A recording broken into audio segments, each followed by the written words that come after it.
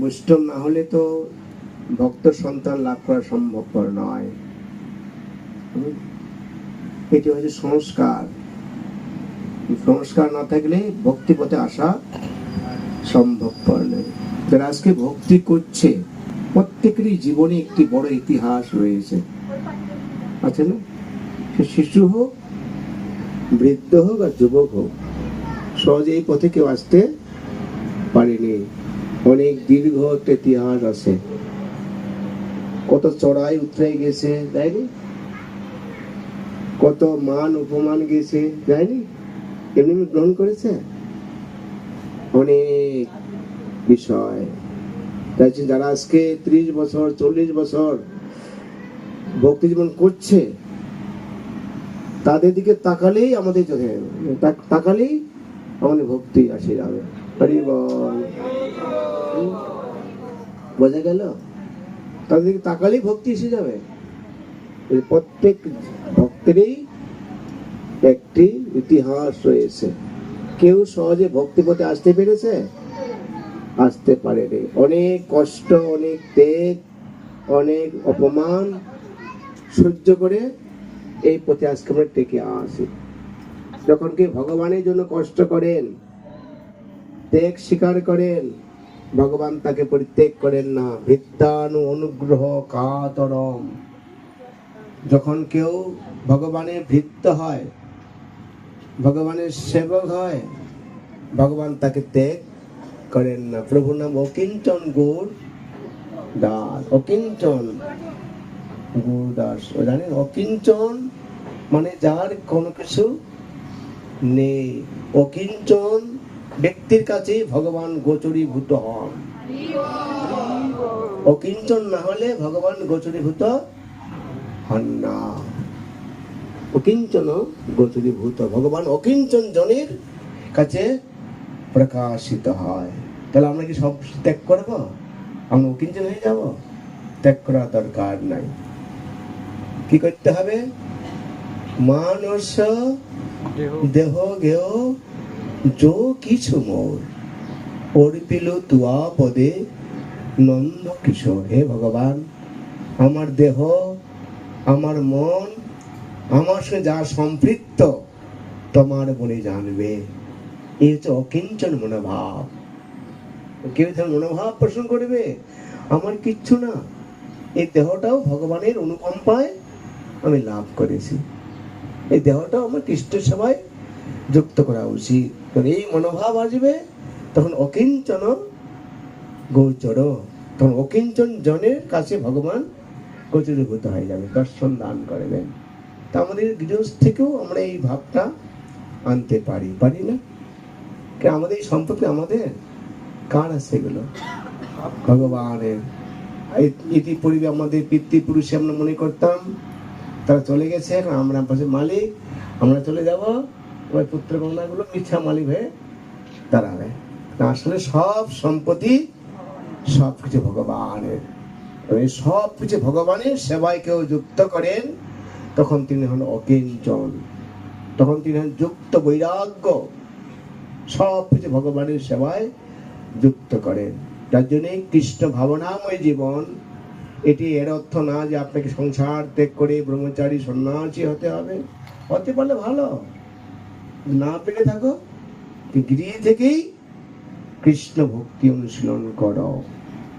তোমার যা আছে ভগবানের সেবায় যুক্ত করো, সেটি তোমার জীবন সার্থক হয়ে যাবে।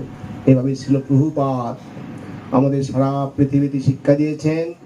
কি করে গৃহে থেকেও আমরা কৃষ্ণ ভজন করতে পারি, কি করে গৃহে থেকেও আমরা মহাপ্রভুকে সন্তুষ্ট করতে পারি।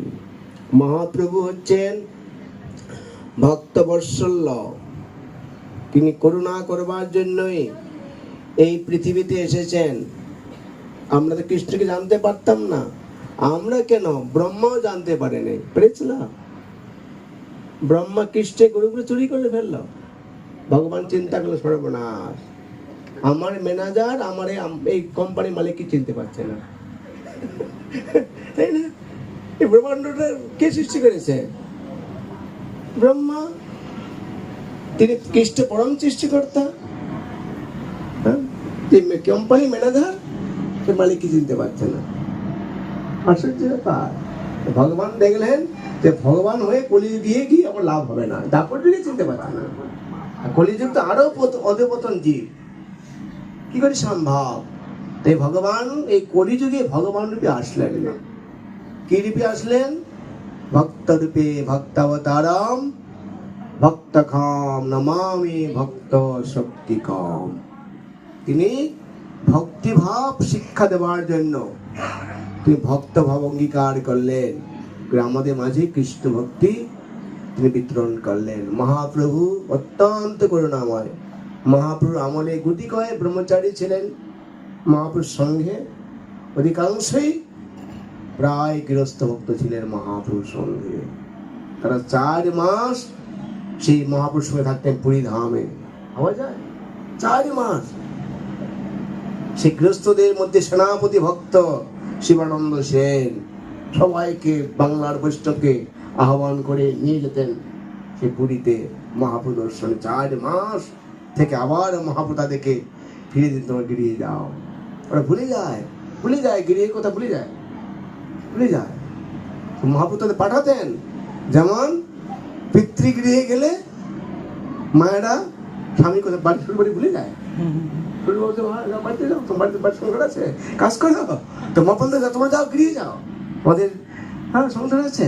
তো মহাপ্রভু জোর করে পাঠিয়ে দিতেন। যেমন পিতৃগৃহে গেলে মায়েরা ভুলে যায়, বাবা মা পাঠিয়ে দেয়, তুমি সংসারে যাও, কাজকর্ম করবে ইত্যাদি। দেখেছেন আসক্তি বিষয়ে যে প্রীতি আসয়ে আমায়, সেই মতন প্রীতি হোক চরণে তোমায়। এইভাবে ভক্তরা আসক্তি অনুসারে, প্রীতি অনুসারে কৃষ্ণের সেবা করেন। ভগবান ভগবদ্গীতা বললেন, ত্রিশাম সতত যুক্তানাম ভজতাম প্রীতি পূর্বকম দদামি বুদ্ধি জগম তম যেন মাম উপজানতি। প্রীতি মানে ভালোবাসা, শ্রদ্ধা। আপনি খাবার সময় জলটা কি হয়ে দিচ্ছেন, স্বামী বুঝতে পারবে, শ্বশুর বুঝতে পারবে, ভালোভাবে দিচ্ছেন খারাপ ভাবে দিচ্ছেন, কি প্রীতি। আপনি ভগবানকে ভোগ লাগাচ্ছেন কিভাবে, ভগবান বুঝতে পারবেন। তোমার শ্রদ্ধা আছে কি শ্রদ্ধা নাই, তোমার মন আছে কি মন নাই, বোঝা গেল? ভগবানের যা কিছু করুন প্রীতি যুক্ত করুন, প্রীতি পূর্বকম। তখন ভগবান বললেন, দদামি বুদ্ধি জগম, তোমাকে আমি বুদ্ধি দান করে থাকবো, আর সেই বুদ্ধির দ্বারাই সংসার সমুদ্র পাড়ি দিয়ে আমার কাছে ফিরে আসতে পারবে।